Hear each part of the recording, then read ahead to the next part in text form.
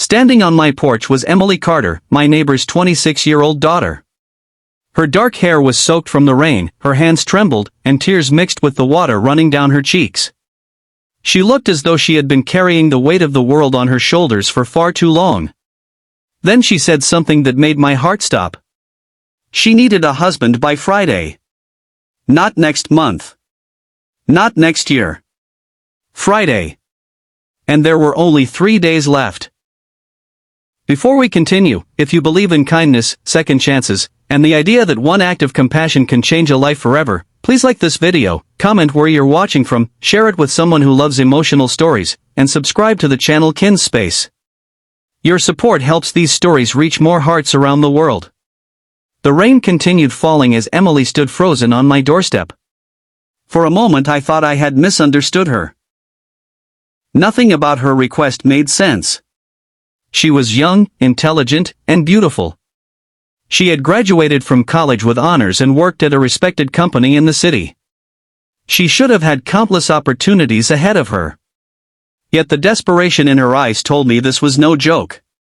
I invited her inside. The warm light of my living room revealed just how exhausted she looked.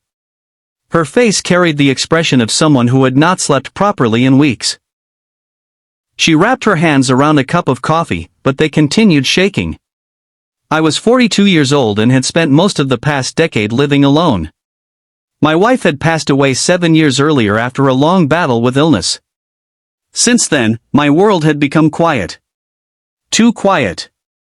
The neighbors knew me as the man who fixed broken fences, shoveled snow from elderly people's driveways, and spent weekends reading books on the front porch. I wasn't unhappy, but I wasn't truly living either. I was simply existing. Then Emily arrived with a request that sounded impossible. Slowly, she explained everything. Her father had suffered a serious heart condition. Doctors believed he didn't have much time left. The old man had one final wish before undergoing a dangerous surgery scheduled for the following week. He wanted to see his daughter married. For years he had worried about her future. Emily had sacrificed relationships, vacations, and personal dreams to help care for him after her mother died. Every time she met someone, life seemed to get in the way. Time passed. Years disappeared. Now her father was terrified he might leave this world, believing she would face it alone. Emily had tried explaining that marriage wasn't something you could arrange in a few days. But her father was stubborn. His health was deteriorating, and the stress was making everything worse. Then, through tears, she admitted something even more heartbreaking. She wasn't asking for a real marriage. She was asking for someone to pretend. Just long enough to give her father peace. Just long enough for him to enter surgery believing his daughter would be okay. As she spoke, I could feel the pain behind every word. This wasn't about deception. It was about love. A daughter willing to do anything for the man who had sacrificed everything for her. I wanted to say no. Every logical part of my brain told me this was a terrible idea.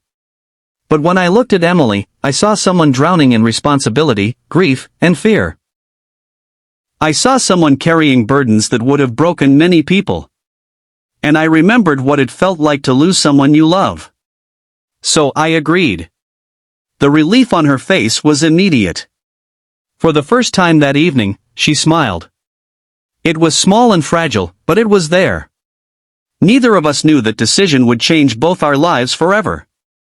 The next 3 days became a whirlwind of preparation. We created a believable story about how we had quietly fallen in love over the past year. We memorized details about imaginary dates, favorite restaurants, and shared memories that had never happened. The